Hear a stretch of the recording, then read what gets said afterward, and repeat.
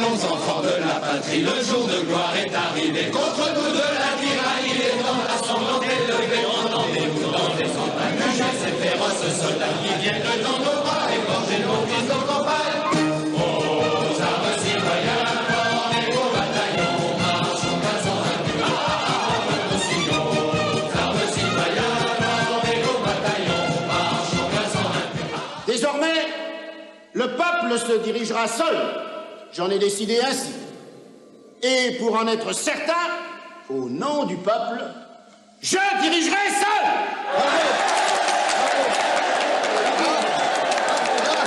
Voilà.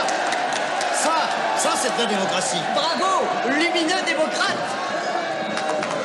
Bonjour à tous. La propagande républicaine nous répète sans cesse au peuple français le peuple français serait le plus grand de tous, et bien depuis la Révolution de 1789. Or, c'est précisément depuis cette date que commence visiblement sa décadence. La démocratie, c'est, paraît-il, officiellement, le pouvoir du peuple qui s'exprimerait par la volonté générale. Très bien, mais alors comment expliquer ce fait suivant historique pour la France? Une majorité de catholiques a été persécutée pendant plus d'un siècle et elle a été réduite au silence, ce au profit des minorités maçonniques, juives et protestantes. Alors comment le principe de la démocratie peut s'appliquer, puisque cela s'est passé dans une démocratie? Comment? Eh bien, cela s'est passé au nom des droits de l'homme. C'est au nom des droits de l'homme que ces minorités ont pu exercer cette violence contre une majorité de catholiques français. Au nom des droits de l'homme. Retenez bien cela. Alors, il serait temps de réaliser que la République française est fondée sur un mythe et une imposture sanglante. Un rappel historique est nécessaire pour comprendre le chaos dans lequel nous sommes. Certes, la Révolution n'est pas née d'un jour, elle a été favorisée par un long contexte historique général de décadence chrétienne, de renaissance païenne. Ce qu'on a appelé donc le nouvel humanisme était en réalité une utopie destructrice de tout ordre, une double utopie. D'abord, les philosophes voulaient le bonheur ici-bas, et ensuite ils voulaient fonder ce bonheur ici-bas sur l'humanité et uniquement sur l'humanité, sur l'homme.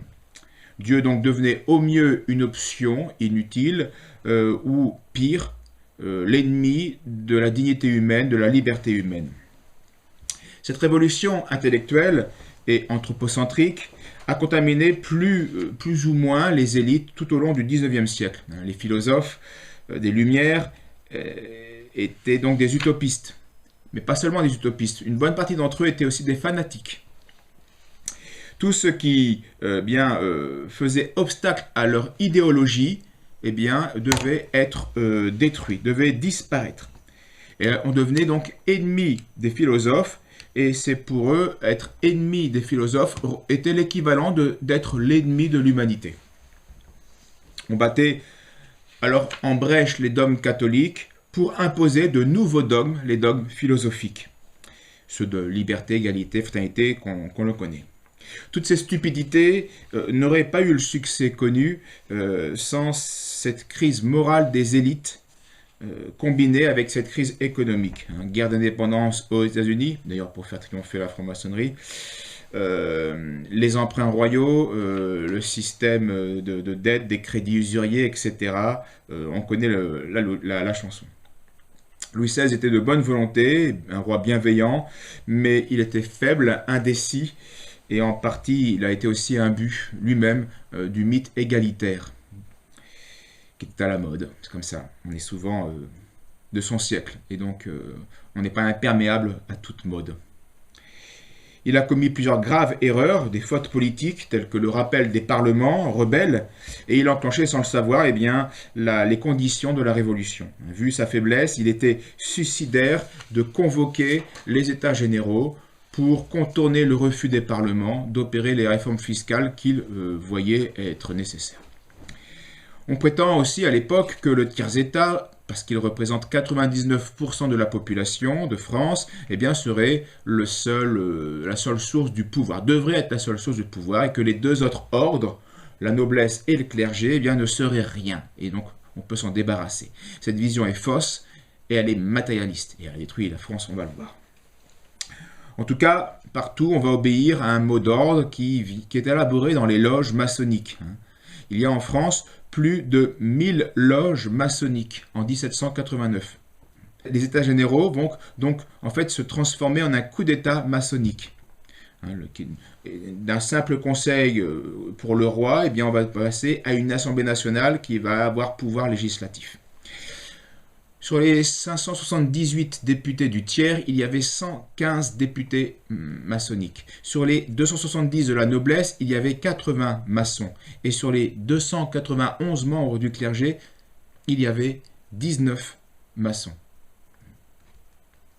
Alors ce nombre de maçons est largement suffisant pour diriger l'ensemble des débats et donner le mouvement et continuer le mouvement initié par les maçons dans les loges. Et aujourd'hui, l'influence maçonnique n'a en rien diminué, évidemment. Et ceux qui ne le comprennent pas, regardez ce qui suit. Comment voulez-vous que nous n'avons plus les moyens d'honorer le regroupement familial? Posons une question à cela, à ce qui nous vient de voir. Pourquoi est-ce que devenu président, et avec les pleins pouvoirs, l'homme politique Chirac n'a-t-il pas fait ce qu'il avait dénoncé et promis? Et pour la simple et bonne raison que ce même président n'avait en fait pas les pleins pouvoirs, même malgré qu'il soit président. La présidence est en fait une représentation théâtrale. C'est pas lui qui dirige vraiment. Le pouvoir profond est ailleurs. Le discours, il est là pour faire illusion pour les gens, pour amuser, pour tromper la galerie. Mais ce sont les ordres des loges et les désirs des lobbies qui sont au-dessus de tout cela et qui sont les vrais principes directeurs de la société depuis la Révolution. Aujourd'hui, au nom des droits de l'homme, on continue à promouvoir une immigration et un regroupement familial que nous savons être très bien délétères pour la nation française. Écoutons, dans le même sujet et pour les mêmes remarques, la position du Parti communiste à la même époque, en 1981. Il faut stopper l'émigration officielle et clandestine. Il est inadmissible de laisser entrer de nouveaux travailleurs immigrés en France, alors que notre pays compte près de 2 millions de chômeurs français et immigrés. Et là encore, je pose une question. Pourquoi le Parti communiste ne tient-il plus ce discours aujourd'hui? Eh bien, pour les mêmes raisons. Parce que les discours sont faits pour faire illusion. Les ordres des loges sont plus importants, les désirs du lobby est plus important que les lignes de bon sens directrices de tel ou tel parti. Vous n'êtes pas convaincus? Alors regardez la suite. On va assister à des petits écoliers qui sont à l'oral du bac, qui sont devant leur maître, et ils savent qu'ils sont en train de jouer leur avenir professionnel, et ils s'appliquent et ils ont conscience de l'enjeu de leur représentation. Regardez cela. Par la qualité des questions, par l'intérêt que je sens, j'ai l'impression que nous avons eu un vrai échange, que la solennité des lieux fait que vous avez envie de dire des choses vraies et justes. L'atmosphère chaleureuse, extrêmement chaleureuse du lieu. En tout cas, pour moi, c'est toujours intimidant et toujours très intéressant, une tenue blanche fermée au Grand Orient de France. C'est intimidant d'abord à cause de la solennité du lieu et des usages, et puis c'est très intéressant en raison de l'attention très... Je vous invite maintenant à donner vos impressions sur cette soirée des grands échanges et de bien vouloir conclure ces interventions. Mes impressions? Voilà qui me rajeunit. Je suis uni à votre histoire par d'innombrables liens. À nous tous, je nous souhaite bonne République. Vos impressions sur cette soirée des grands échanges et de bien vouloir conclure vos interventions. D'abord, merci pour ces interpellations, pour ces questionnements. J'ai suffisamment de relations avec la franc-maçonnerie pour être à l'aise dans son temple, sans être moi-même franc-maçon. Et je suis intéressé par ce questionnement. Ensuite, je ne l'ai pas fait pour des raisons électorales. parce que même si je ne sous-estime pas l'impact qu'ont les francs-maçons dans le pays, ce ne sont pas eux qui vont faire la décision, ce ne sont pas les grands bataillons. Mais si l'on croit, comme c'est mon cas, dans la République, à un moment, il faut passer par la franc-maçonnerie. Donc, vous ne devez jamais perdre de vue que la franc-maçonnerie est une contre-religion, un contre-pouvoir, et qu'il existe un lien essentiel entre la franc-maçonnerie et la République. C'est connaturel, c'est consubstantiel. Et d'ailleurs, ce sont les francs-maçons eux-mêmes qui le disent. Si mettre l'homme sur l'autel plutôt qu'y mettre Dieu et le péché de Lucifer, tous les humanistes, depuis la Renaissance, commettent ce péché. Ce fut l'un des griefs invoqués contre les francs-maçons quand ils furent pour la première fois excommuniés par le pape Clément XII en 1738. Autre citation. La franc-maçonnerie a eu le suprême honneur de donner à l'humanité la charte qu'elle avait élaborée avec amour. Le 25 août 1789, la Constituante, dont plus de 300 membres étaient maçons, a définitivement adopté presque mot pour mot, tel qu'il avait été longuement étudié en loge, le texte de l'immortelle Déclaration des droits de l'homme. M. Bonnet, au Grand Orient de France, en 1904. Autre citation. L'étoile flamboyante, ça fait référence à Lucifer dans leur langage codé, l'étoile flamboyante dont la lumière rayonne au-dessus de notre ordre, nous permettra de voir briller à sa clarté la devise éternelle que nous avons donnée à la République et au monde, liberté, égalité, fraternité, un autre franc-maçon du Grand Orient de France.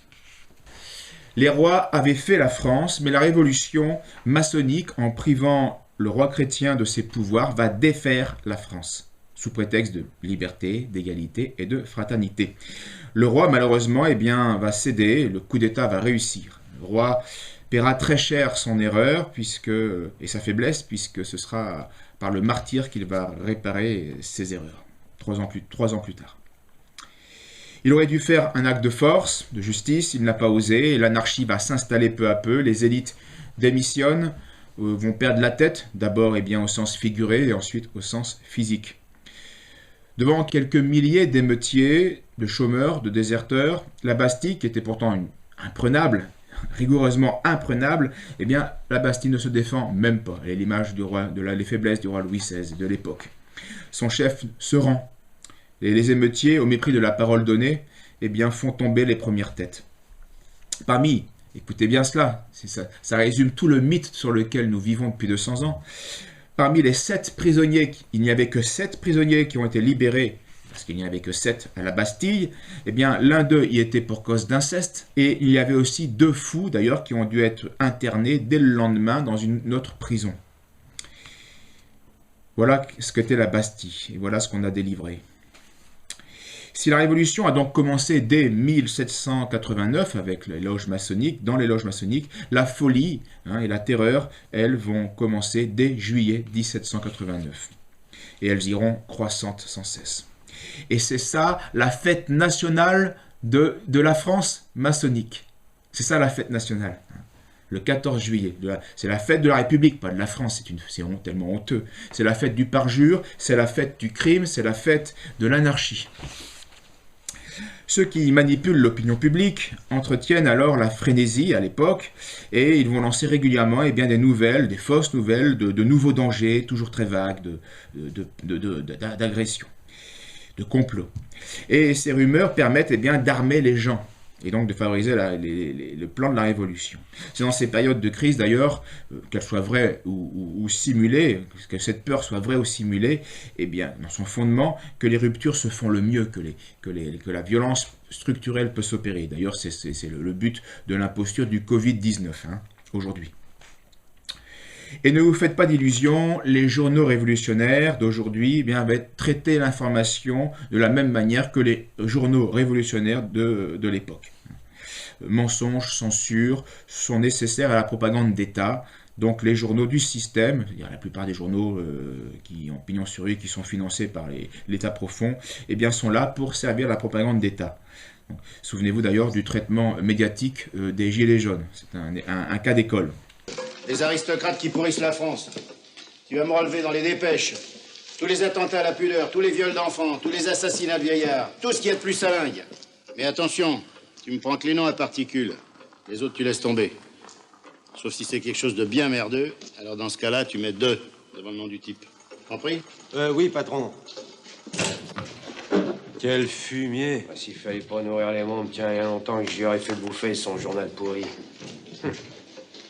Seulement faut nourrir les mômes.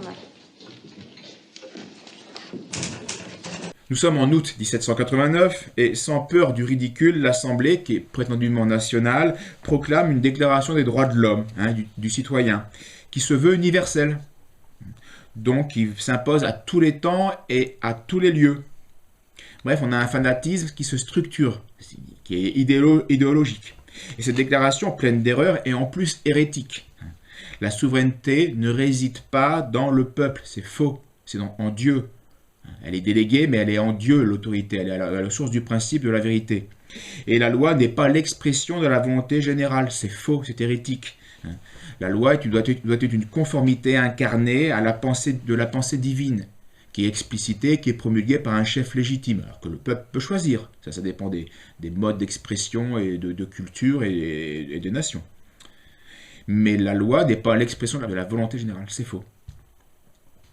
La loi doit être l'expression de la volonté de Dieu incarnée dans un moment précis de l'histoire, dans un peuple précis, dans une circonstance précise. Donc la déclaration des droits de l'homme renouvelle en fait le péché de Lucifer, comme notre franc-maçon le disait lui-même. En fait, on est en train de mettre au point une arme idéologique de destruction massive des peuples, qui va détruire non seulement l'ancien régime, la royauté chrétienne, mais aussi qui va détruire l'ordre naturel même. Au nom des droits de l'homme, imaginaire, on va réellement abolir les libertés concrètes des hommes concrets. La déclaration des droits de l'homme et du citoyen est donc une diablerie, la haine du diable pour la création, et il se sert il est menteur, il est rusé et astucieux, donc il va nous piéger par l'apparence de bien, par l'apparence de liberté. Et donc cette déclaration des droits de l'homme est en fait un manifeste insurrectionnel contre tout l'édifice social construit sur la verticalité de la réalité humaine, du pouvoir, de la foi chrétienne, des traditions françaises et de la nature même des choses. On voit aujourd'hui, c'était une évidence. N'oubliez pas qu'au nom des droits de l'homme, vous pouvez aujourd'hui changer d'identité sexuelle. Vous pouvez donc contredire la nature au nom des droits de l'homme. On en est là. C'est un peu comme si, au nom des droits des animaux, eh bien, un chien pouvait copuler avec un autre chien, etc., une chienne avec une autre chienne, etc. Bref. Il n'y a donc même plus de loi naturelle, mais seulement le bon plaisir de l'homme au nom des droits de l'homme. Ça, c'est satanique. Et c'est destructeur, de tout ordre.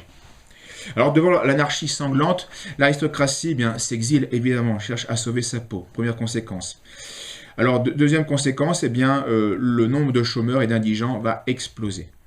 Parce que malgré l'infidélité de l'aristocratie, de certains aristocrates, l'aristocratie est encore la structure, la colonne vertébrale de la France. Donc, colonne qui s'écroule, tout s'écroule. La place est donc libre et elle va être prise par la canaille philosophique, par les bourgeois matérialistes et par les individus de la populace aveuglée. Le pouvoir royal, qui tenait sa force et sa bonté de son indépendance, et de la chrétienté aussi, des principes chrétiens, va être anéanti peu à peu. Le roi est devenu le prisonnier de l'Assemblée, qui sera de plus en plus dirigée par les plus fanatiques des idéologues. Une minorité va peu à peu s'imposer et va imposer ses délires à la majorité, bien sûr, au nom des droits de l'homme, au nom du peuple. Et ceux qui refusent de se soumettre sont, toujours dans la même logique des fanatiques, des philosophes des Lumières, des ennemis du peuple. Ceux qui sont ennemis de la philosophie des Lumières sont ennemis du peuple. L'équation est simple. Et Robespierre et bien d'autres travaillent à l'élaboration d'un tribunal contre les ennemis de la liberté, pour sauvegarder ce qu'ils estiment être les bienfaits de la Révolution qui se fera bientôt République. Bref, c'est simple, comme résumé dans un livre d'un historien récent, c'est tu crois ou tu meurs. Tu crois ou tu dégages, parce que c'est une croyance tout cela. Telle est d'ailleurs la devise républicaine. C'est liberté, égalité et fraternité ou la mort. Et de manière un peu hypocrite, on a oublié le dernier mot. Mais c'était ça. Et c'est encore cela. C'est la même idéologie. On est vraiment face à une religion satanique. Parmi les factions extrémistes, le club des Jacobins domine, évidemment. Comme le dira l'historien Claude Quetel, le Jacobin est un dogmatique, un sectaire qui n'a pas d'adversaire à combattre, mais des ennemis à abattre. Et pour ce faire, tous les moyens sont bons au nom de l'urgence, de la sacralité des principes et de la légitime défense. On fait ensuite main basse sur tous les biens du clergé. Et on n'hésite pas pour cela à piétiner le droit de propriété, au nom de la liberté, de l'égalité, etc. C'est un pillage pur et simple, mais avec des formes parlementaires et réglementaires. Le résultat est exactement le même, mais la manière est bien sûr beaucoup plus hypocrite. Ça aussi, c'est une valeur républicaine. Le vol légal de manière réglementaire et hypocrite. Alors malgré ces spoliations, les finances sont au plus mal, puisque ce sont des incapables qui gèrent, et on va inventer le papier-monnaie, qui très vite ne vaut plus rien. Alors en 1790, toujours au nom de la liberté, la Révolution va interdire toute vie religieuse. Tu n'es pas libre d'être religieux. Non. Dans le pays de la liberté, ça ne se conçoit pas. Alors, traduisons tout cela, dans le pays où Satan veut régner, il n'y a pas de liberté pour ceux qui veulent servir Dieu, c'est évident. Donc toute vie religieuse consacrée par des vœux, est supprimée, et on veut établir un clergé national et donc schismatique. La France n'avait plus de colonne vertébrale, puisque l'aristocratie s'était exilée. Maintenant, elle n'a plus d'âme, puisque le clergé, la vie religieuse est supprimée. Donc bientôt, elle n'aura plus de tête, son roi va être décapité. On va encore vivre dans une année d'hypocrisie, d'illusion, où d'abord ce qui était facultatif le reste, puis ensuite va devenir obligatoire en 1791, et cela sous peine de mort. Il faudra jurer fidélité à la Révolution et au droit chimérique sous peine de mort. Devant ce dilemme, la plupart des évêques refusent de jurer et donc vont s'exiler. 4 évêques seulement sur 93 acceptent. Ce sont des misérables, et une bonne partie la moitié en gros du clergé va aussi malheureusement céder à la peur et va tomber dans le schisme et va servir au moins dans un premier temps les plans de la Révolution. Donc en quelques années, la Révolution a réussi à détruire 13 siècles, 1300 ans de culture chrétienne, de civilisation chrétienne et humaine tout simplement. Et à tous les niveaux, que ce soit structurel, que ce soit architectural, que ce soit artistique, que ce soit musical, que ce soit livresque, c'est un chaos. C'est ça notre pays, notre République, c'est ça notre héritage, le chaos. Et elle a bien sûr au passage assassiné aussi les personnes, des milliers de prêtres, de religieux, de religieuses, de simples fidèles parce qu'ils étaient catholiques. Le roi comprend trop tard qu'il faut fuir et son échappée malheureusement de Varennes va échouer, là encore parce qu'il refuse d'user la force par faiblesse, par bonté. Et il ne veut pas voir le sang couler. Bon, c'est le sien qui va couler, mais ça il n'a pas encore compris. Il est dépouillé alors de tous ses pouvoirs, puisqu'il est repris, c'est un pouvoir qui était symbolique, que la Révolution avait laissé. Donc la famille royale est maintenant prisonnière et aussi outragée. Les Jacobins, pendant ce temps-là, vont pourtant, malgré leur puissance, se divisent. Une scission se produit entre les révolutionnaires extrémistes, c'est-à-dire en fait des Jacobins, qui vont, eux, assumer les principes, la logique folle de leurs principes faux. C'est ça un extrémiste. Les principes sont faux, mais il ira jusqu'au bout, quelle que soit la folie. Et puis, il y a les révolutionnaires modérés. Alors, eux, ce sont les feuillants, plutôt, on les appelait ainsi. Eux, ils veulent bien les principes faux, mais de manière illogique, ils veulent pas aller jusqu'au bout. Ils veulent s'arrêter, ils veulent pas aller là, ils veulent pas la folie des principes. J'en veux quelques-uns, ils vont choisir. Évidemment, vous comprenez que dans l'histoire, ces inconséquents sont balayés par les extrémistes. L'Assemblée nationale décrète des lois, et puis le roi doit les approuver. Donc, en gros, le roi devient un fonctionnaire héréditaire d'une république. C'est ce que sont un peu les rois fantoches aujourd'hui au service du mondialisme, il n'y a pas de problème. Cette situation bâtarde était vouée à l'échec, évidemment. En tout cas en France. Les élections des assemblées se font dans un climat de terreur, d'abord médiatique, puis ensuite physique, s'il le faut. Résultat, 70% des électeurs de l'époque se sont abstenus. C'est dans ce climat-là de chaos qu'on a prétendu que la majorité s'exprimait. Les Jacobins, c'est-à-dire pour l'instant les Girondins, avec la montagne contre les Feuillants, vont triompher. 136 contre 264. Puis il y a une masse d'indifférents, de faibles, 345 qui vont s'aligner en fait sur la pression des Jacobins. Car une minorité domine toujours un tout. C'est comme cela que, par exemple, les antifas, soutenus et manipulés par le système, ont pu triompher dans les manifestations des Gilets jaunes. Souvenez-vous de cela. Donc l'extrémiste Robespierre va donc peu à peu réduire la résistance révolutionnaire modérée parce qu'elle était légaliste. Et dans ce cas-là, les légalistes perdent toujours contre les fanatiques. La France était dirigée par un roi chrétien avec des limites, évidemment, des défauts. Mais ce roi chrétien était quand même soumis à une morale transcendante, supérieure. Son pouvoir était limité par des coutumes sages, par des traditions, par des privilèges historiques. Dorénavant, la France est dirigée par un amas de scélérats, de fous et de bêtes, disait Marie-Antoinette, mais sans aucune exagération, car l'histoire lui a donné raison. Un amas de fous, de bêtes et de scélérats. C'est la première fois que le peuple bouge. Je vous ferai pas la joie de vous rappeler que du peuple, on en a rien à foutre. Ah ça? Mais c'est quand même un peu con qu'il agisse avant que nous, les représentants de la gauche, on en ait donné l'ordre. Ah ça c'est vrai, on est dépassé par la base. Ça franchement, ça la fout mal. Non écoutez, faut pas s'affoler. Le peuple, c'est bien ce qui compte le moins. Hein? Il s'est lancé parce que Marat l'a excité, mais maintenant qu'est-ce qu'il va faire? La Java à la Bastille pendant 2 ou 3 jours. Mais si le roi envoie la garde nationale, il va vite rentrer chez Bobonne, le peuple. Et oui! Par contre, pour nous, c'est l'occasion ou jamais de récupérer le mouvement et de nous emparer du pouvoir. Ah, pas bête ce qu'il dit, hein. Parce que le problème, c'est que nous, les représentants de la gauche, on n'arrive jamais à se mettre d'accord. Ah oui, ça. Les Jacobins montanisants, les Girondins jacobineurs, les centristes de tiers états, la noblesse libérale dissidente et les aristocrates de gauche, tout ça, ça fait beaucoup. Si on veut profiter du mouvement populaire, on a intérêt à établir rapidement un programme commun. C'est du bonbon. Si nous sommes ici, en survêtement et en t-shirt, c'est que nous sommes les plus dynamiques. Et donc les plus aptes à prendre les décisions qui s'imposent. Alors, citoyens, ici même, aujourd'hui, loin de l'Assemblée et de son cérémonial, décidons d'oublier nos querelles. Unissons-nous et prêtons serment. Ah oui, prêtons serment. Non, prêtons serment, mais serment de quoi? Bah oui, serment de quoi? Mais est-ce que je sais, moi? Trouvons une belle formule que le peuple puisse retenir sans qu'il comprenne vraiment ce que ça veut dire. L'important est qu'il soit impressionné et comprenne que nous sommes les vrais meneurs. Prêtons serment de lutter pour asseoir les fondements de la nation. Prêtons serment de lutter pour asseoir les fondements de la nation. Sur les bases d'une gauche unie. Sur les bases d'une gauche unie. Et de ne reculer devant rien.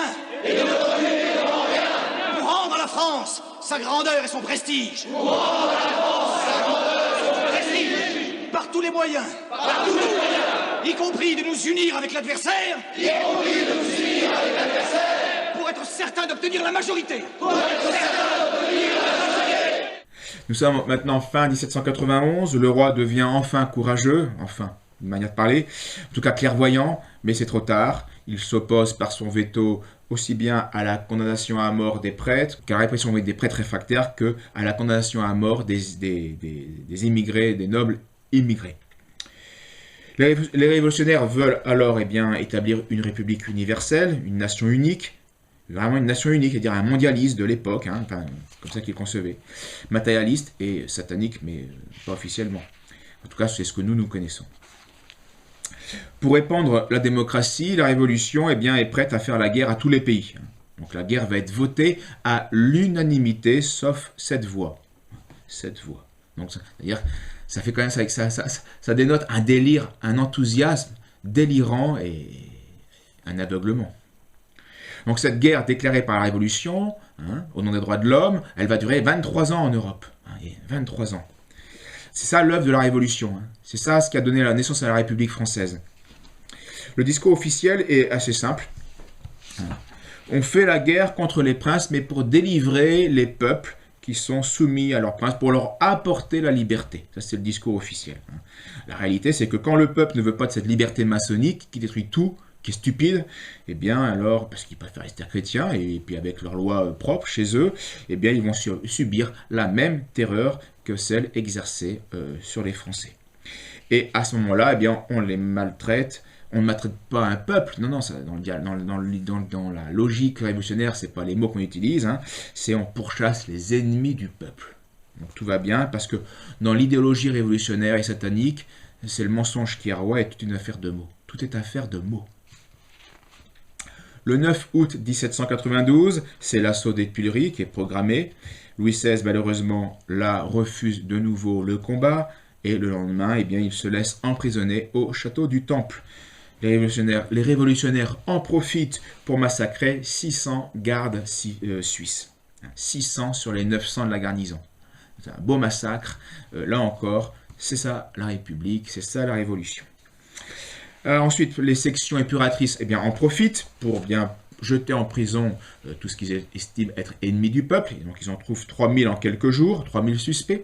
Robespierre, lui, pendant ce temps-là, crée le tribunal du peuple, qu'il confie à Fouquier-Tinville.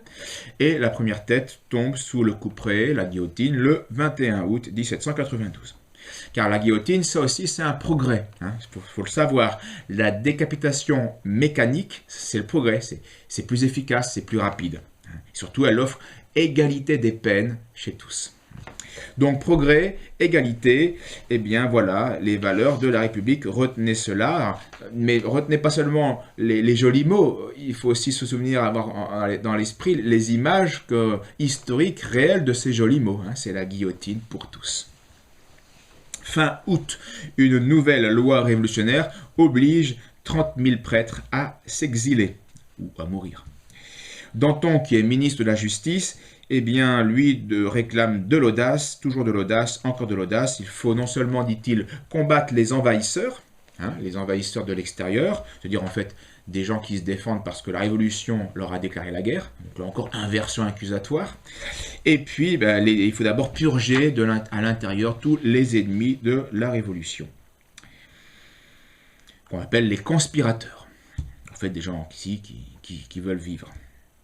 Début septembre 92, commencent en France les fameux massacres des prisons parisiennes et elles vont s'étendre sur plusieurs jours. On va tuer des évêques, des prêtres, des nobles, des princesses, des hommes du peuple, enfin tout ce qu'il y a sous la main. Hein. On tue. C'est une orgie de sang. 1300 victimes en quelques jours à Paris et puis plusieurs centaines en province.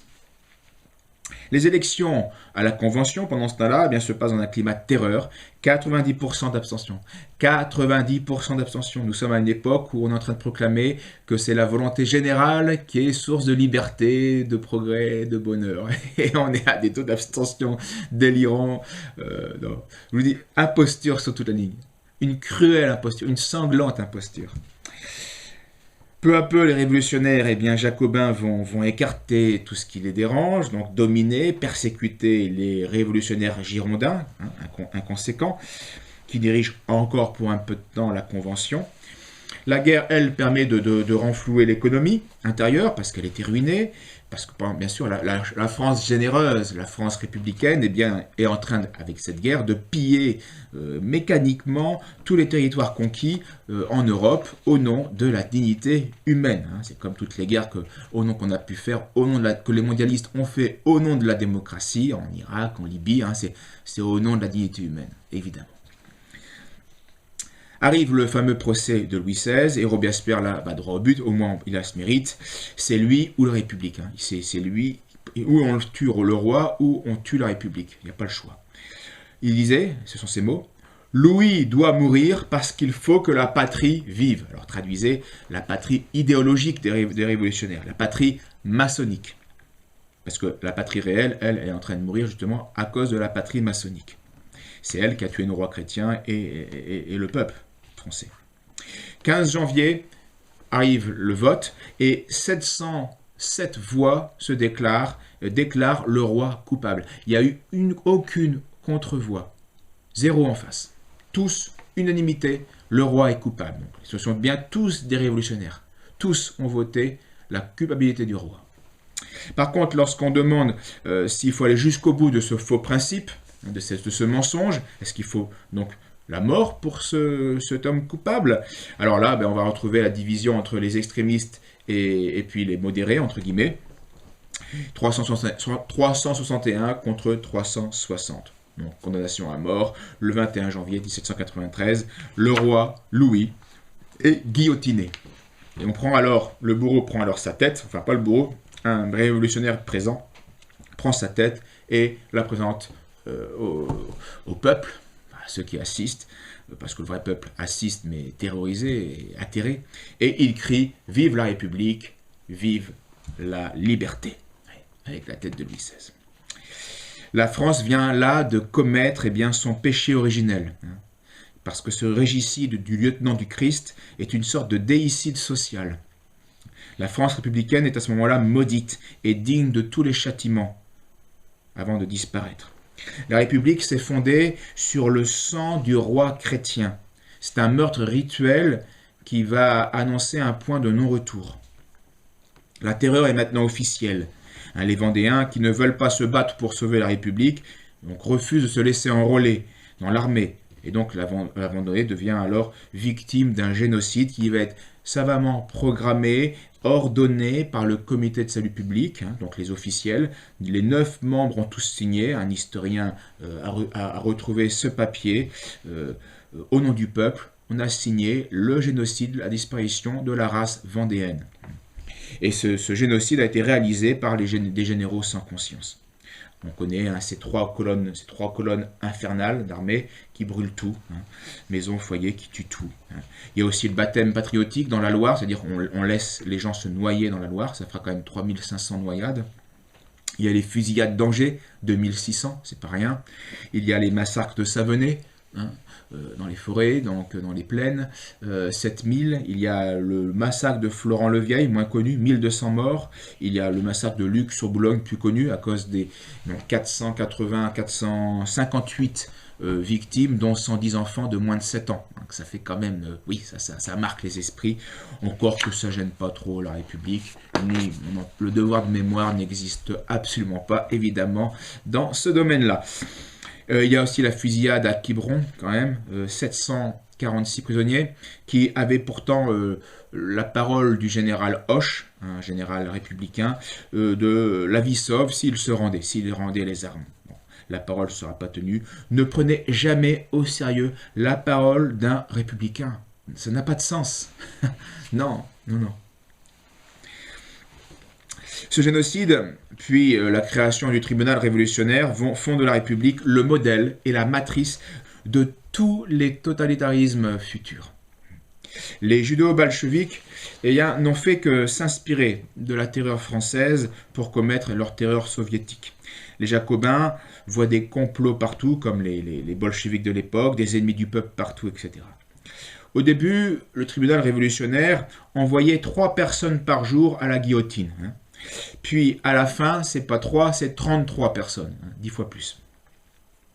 Pour Robespierre, il n'y a en France que 2 partis. C'est simple, le peuple et ses ennemis. Donc, c'est vous et moi.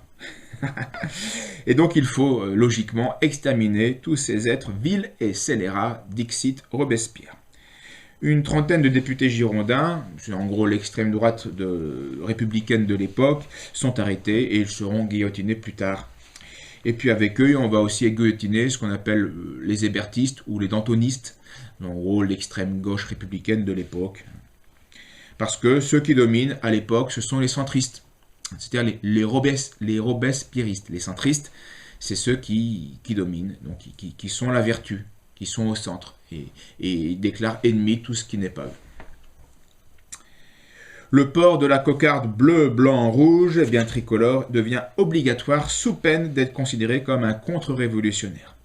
Donc dénonciation, arrestation, persécution religieuse ou révolutionnaire, même des modérés y passent. Tout y passe. Tout ce qui n'est pas jacobin est visé.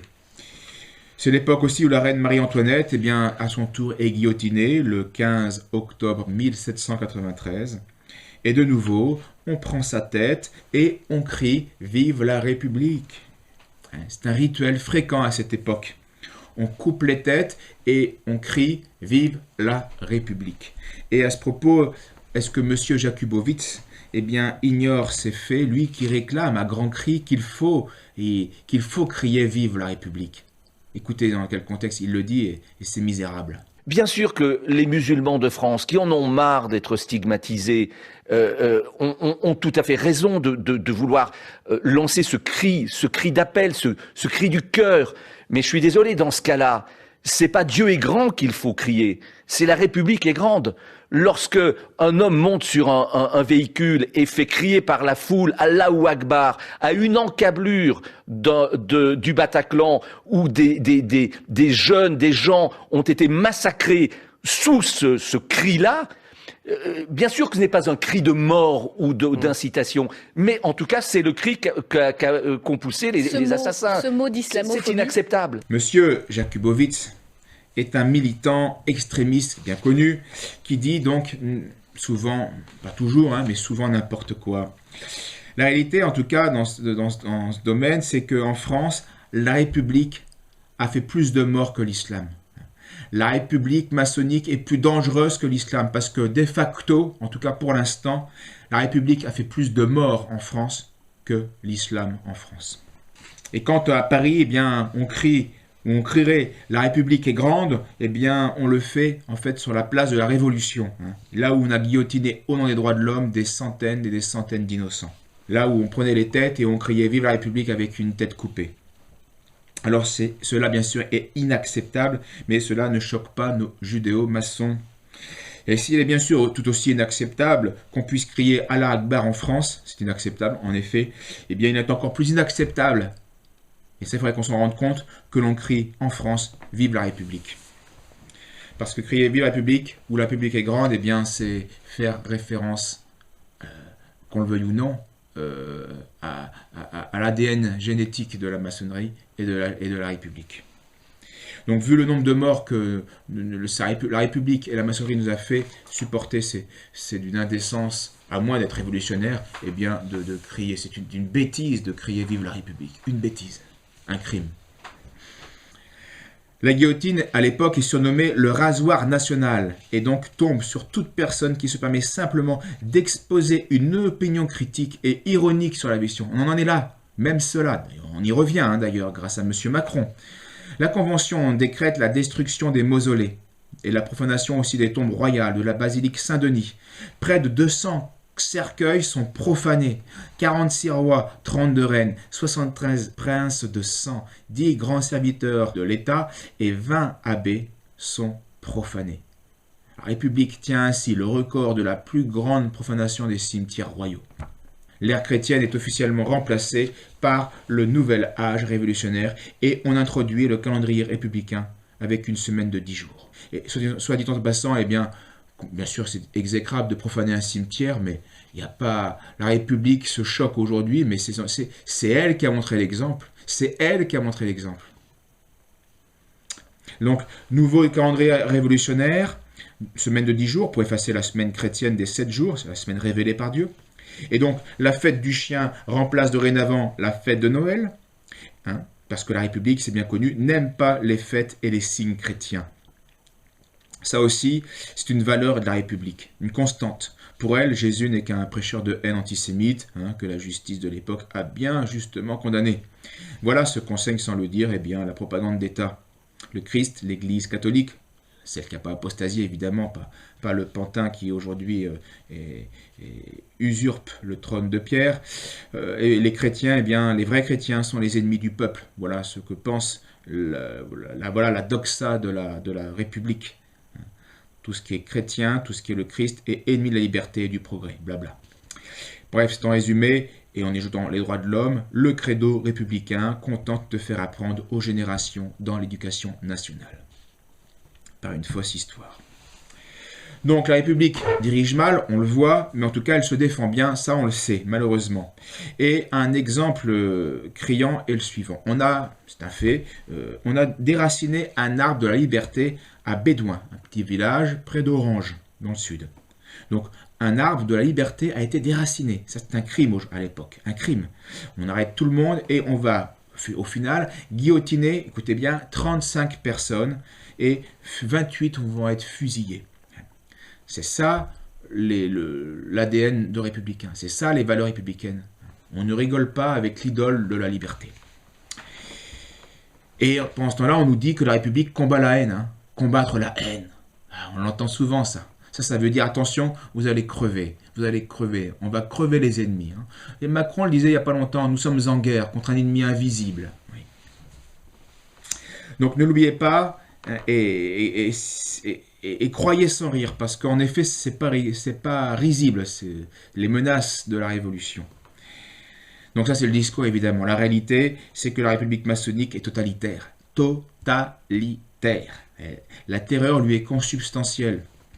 Parce que c'est une idéologie utopiste. Et l'utopie ne peut être que destructrice. C'est une nécessité. Parce qu'elle est hors de la réalité. Elle veut incarner ce qui n'est pas. Être hors de la réalité, quand il y a un ravin, c'est dangereux. Dire qu'il n'y a pas de mur alors qu'il y a un mur, ça fait mal. Et pour cela, bien donc, pour imposer l'idéologie utopiste, il faut toujours plus de violence. Parce qu'on croit que c'est parce qu'on ne va pas assez fort dans ce sens-là que ça échoue. Donc toujours plus de violence. Dans les faits, comme dans les lois. Aujourd'hui, on le voit, égalité homme-femme, ça n'a pas de sens. Mariage pour tous, toutes ces choses-là, c'est de la violence faite à la nature. On connaît la chanson. Donc la révolution est religieuse et elle est même idolâtre. Il s'agit d'adorer les volontés de l'homme. Athée ou croyant, peu importe. La volonté de l'homme est souveraine. Qu'elle soit en peuple ou individuellement. Elle est souveraine, donc elle est au-dessus de tout, elle est au-dessus de Dieu, de la nature, si Dieu existe, parce qu'il n'y croit pas, ou d'un pas certain. La volonté de l'homme est au-dessus de tout. Voilà la religion maçonnique, révolutionnaire, républicaine. Et donc c'est ça qu'on appelle aujourd'hui la laïcité. La laïcité, c'est une religion maçonnique, ni plus ni moins. La religion de l'homme qui se fait Dieu. Et ça plaît en fait à beaucoup de personnes.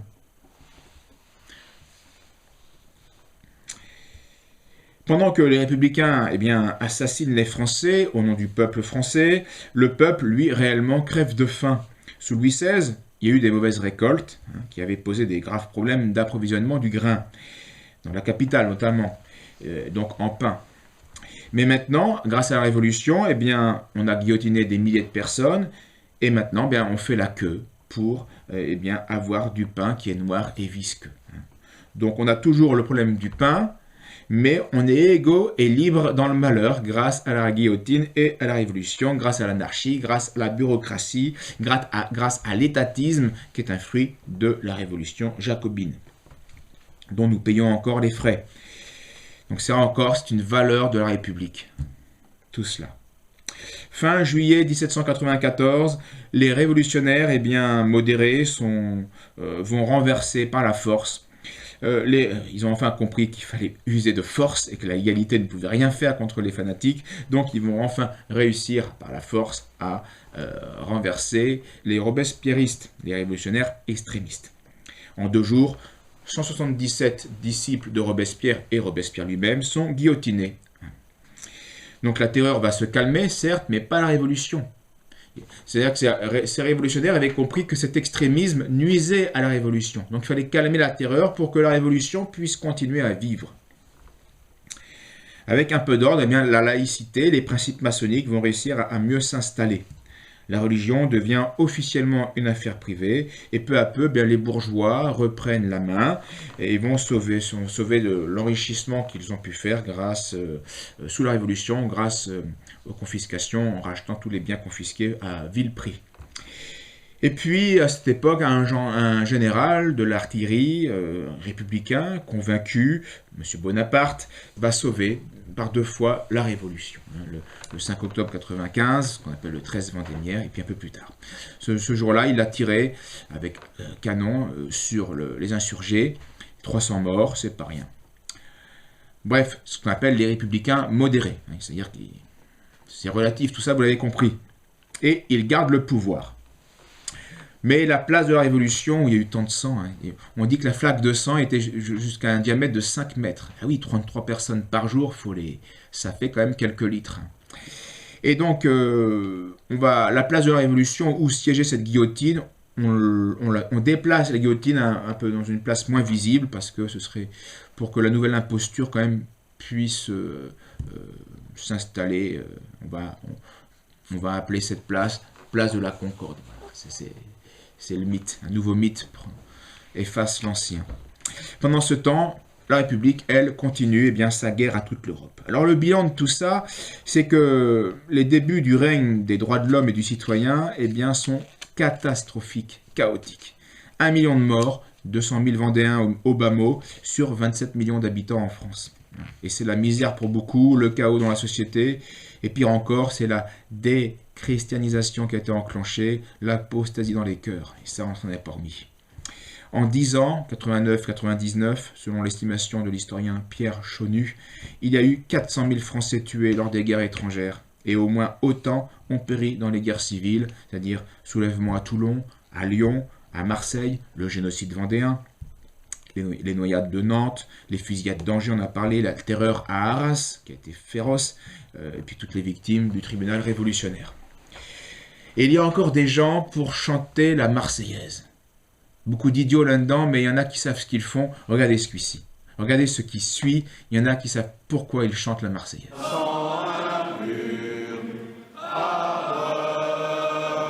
Quel symbole! Quel symbole! Le juif du CRIF et le jacobin Macron considèrent en effet que certains ont un sang impur et ils demandent à ce qu'il coule. Vous voyez, ce n'est pas un appel à la haine, évidemment, c'est là encore, une valeur de la République, une valeur républicaine. Les Vendéens pendant la Révolution, ou les manifestants du 6 février 1934, ou les Gilets jaunes en savent quelque chose, ce n'est pas un appel à la haine. Concours de contre-vérité dans toutes leurs émissions. Les Français se réveillent et découvrent la censure, la patrie des droits de l'homme et son arrière-coup de dictature. S'ils avaient été concentrés, ça ferait 30 ans qu'ils sauraient que la loi du marché ne tolère jamais qu'on la contredise. Les gens ont acheté les médias pour asseoir leur emprise. Et si on parle de médias et de Macron, faudra parler de Raïs, son cul planqué en Israël et qui paie pas d'impôts ici.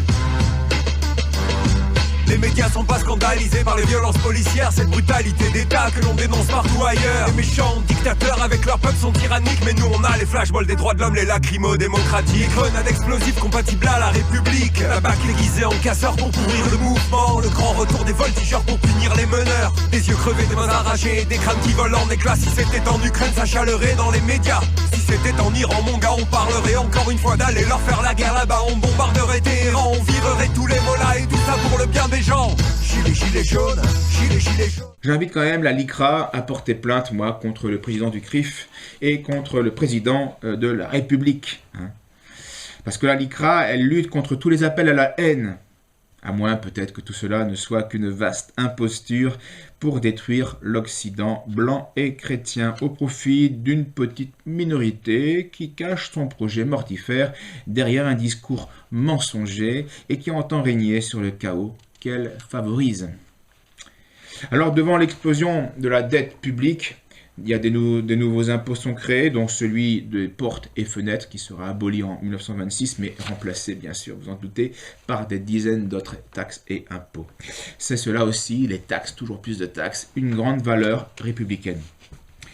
Le service militaire de tous les Français, enfin de tous les hommes, entre 20 et 25 ans, qui était impensable et impossible sous la monarchie. Non, il n'y a jamais eu ces armées massives.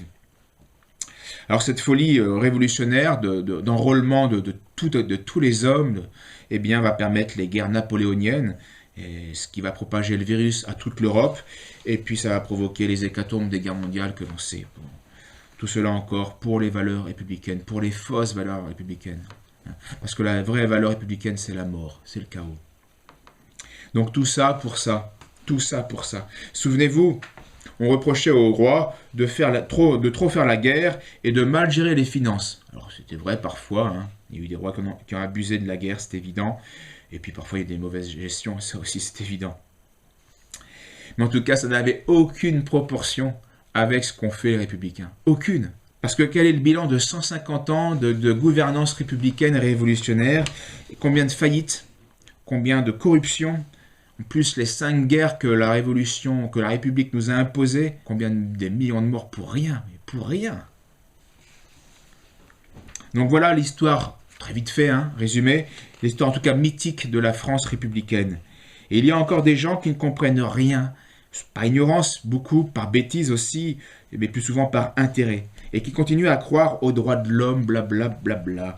Et pourtant, Et c'est Renan qui le disait avec bon sens. Et Renan, c'est quand même ni un royaliste ni un catholique, mais il disait avec bon sens un principe qui, dans l'espace de 10 ans, a épuisé toute une nation, ne peut pas être un principe véritable. C'est évident. Ce principe qui a fait tant de mal est une imposture, c'est une évidence. Pour Drummond, le régime actuel dans lequel nous vivons est la République juive. Alors pourquoi disait-il l'adjectif juif ? Eh bien, c'est que, parce que pourtant, à l'époque révolutionnaire immédiate, les 10 ans dont on parle, le juif n'a pas de pouvoir réel.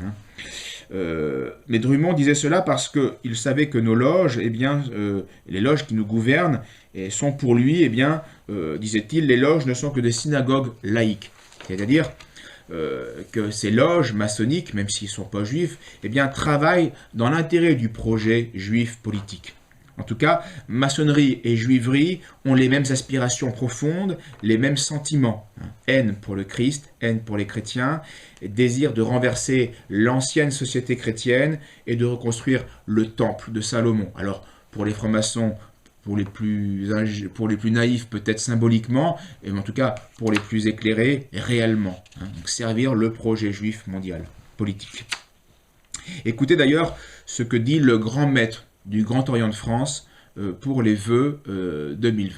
Mes très chers frères, mes très chères sœurs, chers amis, 2019 se termine. Il est temps d'en faire un rapide bilan. Non, remarquez bien le langage et le ton grave et religieux de ce grand maître du Grand Orient de France. En effet, la maçonnerie, je vous l'ai dit, est une contre-religion qui voue un culte caché ou éclairé pour certains, un culte à Lucifer et aux démons révoltés. Le Grand Orient de France aura été aux avant-postes pour la défense de la loi du 9 décembre 1905 de séparation des églises et de l'État. Par contre, remarquez-le, il n'y a pas de séparation entre maçonnerie et État. Ça, on n'en parle jamais.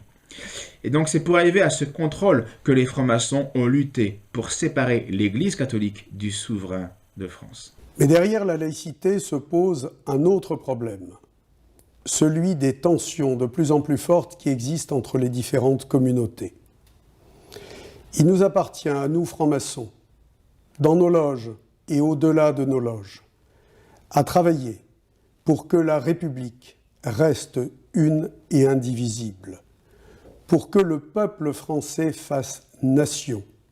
C'est là notre responsabilité historique. Le grand maître réaffirme ici le dogme républicain imposé par le sang et la force, dogme qui a détruit la France catholique d'abord, avant de détruire la France tout court ensuite. Et il rappelle ici bien le rôle historique de la franc-maçonnerie.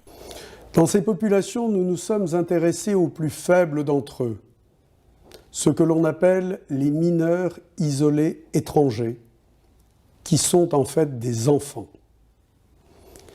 Il est de notre responsabilité d'aider ces enfants. Oh, voilà une petite séquence sentimentale pour nous faire pleurnicher sur les enfants et ainsi bien nous faire accepter sans broncher l'invasion migratoire et le grand remplacement en cours. Au nom des droits de l'homme et de la dignité humaine, vous, peuple d'Europe, vous devez accepter de disparaître et accueillir les petits-enfants des migrants. Eh bien non. Les migrants et les enfants de migrants doivent retourner chez eux et pour le bien de tous. 2020 est l'année des élections municipales dans notre pays. Je vous invite à aller voter en masse, car le droit de vote est un droit important. Je vous invite également à voter, quelles que soient vos opinions politiques, pour des partis républicains et pour exclure les extrêmes, qu'elles soient de droite ou de gauche. Donc, autrement dit, votez ce que vous voulez, on s'en fiche. Ça ne changera rien de toute façon, parce que, à part quelques personnes aux extrêmes, on maîtrise tout le système. Votre vote, quel qu'il soit, ne changera pas le système. Pour rappel, M. Collard au Rassemblement National et M. Mélenchon à la France Insoumise sont deux francs-maçons. Et malgré un discours de camp opposé, ils sont bien de la même famille, de la nôtre. Et s'ils venaient à trahir ou à nous gêner sérieusement, eh bien on sortirait une affaire à la Fillon et ils seraient morts médiatiquement. Et au pire, on peut même aller plus loin. Pour les francs-maçons du Grand Orient de France, 2020 sera l'année d'un grand voyage mémoriel à Auschwitz. Si nous travaillons depuis de nombreuses années dans nos loges sur le devoir de mémoire, et c'est la raison pour laquelle j'ai souhaité que de très nombreux membres de notre obédience puissent effectuer ce grand voyage mémoriel cette année. Donc là, ici, il faut traduire pour les non-initiés. Je traduis. Nous, les francs-maçons, nous ne sommes pas les maîtres du système. Et nous devons régulièrement faire allégeance à nos vrais maîtres, en leur montrant notre réelle soumission par des petits actes très significatifs et publics. Puisque les francs-maçons du Grand Orient de France désirent aller en pèlerinage à Auschwitz, eh bien il ferait bien de méditer ce que leur disait déjà à l'époque le père Kolb, qui est mort, non dans une chambre à gaz pour les raisons que vous savez, mais dans un bunker de la faim à Auschwitz même, avec 9 compagnons d'infortune en représailles d'une évasion, car oui, on s'évadait facilement de ce camp de travail. Alors ce prêtre catholique polonais, au siècle dernier, disait donc ceci, je le cite. « Messieurs les maçons, réfléchissez et dites sincèrement s'il ne vaut pas mieux servir le Créateur dans la paix intérieure, dans l'amour joyeux, qu'obéir aux ordres de la cruelle clique juive, mystérieuse, rusée, mal connue et qui vous hait. Et à vous, petite poignée de juifs, sages de Sion, qui, dissimulés avec la permission divine dans le but de mettre à l'épreuve les fidèles et les vertueux, avez déjà provoqué sciemment tant de malheurs et en préparé plus encore, à vous je m'adresse et je vous demande, quel avantage en retirerez-vous ? Une grande accumulation d'or, de plaisir, de distraction, de pouvoir, tout cela ne rend pas encore l'homme heureux. Et si même cela donnait le bonheur, combien de temps cela pourrait-il durer? Et après?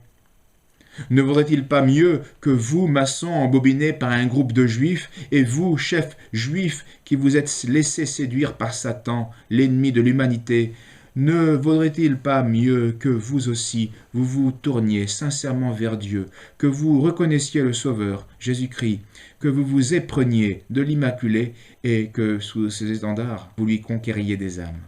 Le père Maximien Kolb. Alors, comme le dit ici et ailleurs le père Kolb, il existe plusieurs maçonneries, plusieurs hiérarchies dans la maçonnerie. Au-dessus des francs-maçonneries classiques, il y a des francs-maçonneries supérieures, bien plus puissantes encore. Et l'une des plus puissantes est le Bnei Brit, qui signifie en hébreu « fils de l'Alliance ». C'est une maçonnerie exclusivement raciste, donc réservée exclusivement aux Juifs. Elle fut fondée en 1843 aux États-Unis et elle est présente officiellement aujourd'hui dans 57 pays. Elle est présente dans différentes institutions internationales, c'est évident, vous comprenez pourquoi, l'ONU, l'UNESCO, etc., jusqu'au Parlement européen, et oui. Et les principaux combats du Bnei Brit sont la lutte contre l'antisémitisme, la défense du sionisme et, bien sûr, l'incontournable, les droits de l'homme et aussi l'entretien de la mémoire de l'Holocauste. Benoît XVI, d'ailleurs, les a reçus par 2 fois en 2006 et en 2011. Donc rien que ce fait manifeste que cet homme était du parti mondialiste. C'est comme recevoir à sa table Satan, ça n'a aucun sens. Monseigneur Lefebvre, qui conseillait les livres de M. Léon de Poncin sur leur rôle, le rôle du Bnei Brit dans le financement de la révolution russe de 1917, déclarait ceci lors d'une conférence spirituelle à ses prêtres. Ces Bnei Brit sont partout, et ce sont eux qui commandent dans le monde, car ce sont ces Juifs qui ont toutes les banques dans les mains, ces Juifs qui ont toutes les affaires importantes dans les mains. Ils commandent d'ailleurs aussi bien en Russie qu'en Amérique, que partout dans le monde entier. Ce sont eux qui distribuent les médailles de la liberté religieuse. Alors ce sont eux avec qui le cardinal Béat a eu des relations officielles. Ce n'est pas moi qui l'invente, c'est dans les journaux de New York. Le cardinal Béat est arrivé, a été reçu par les Bnei Brit à tel endroit, dans tel hôtel. Il y a eu des réunions, et tout ça pour la liberté religieuse. Pourquoi ? Parce que les francs-maçons ne peuvent pas supporter que l'Église catholique se dise la seule vérité, la seule véritable religion. Ça, ils ne l'ont jamais supporté, ils ne peuvent pas le supporter, et ils ne le supporteront jamais. Monseigneur Lefebvre, en 1985. Donc cela devrait nous interpeller. Une maçonnerie uniquement juive pour les droits de l'homme. Vous voyez pas l'imposture ? Non ? Réfléchissez et creusez le sujet.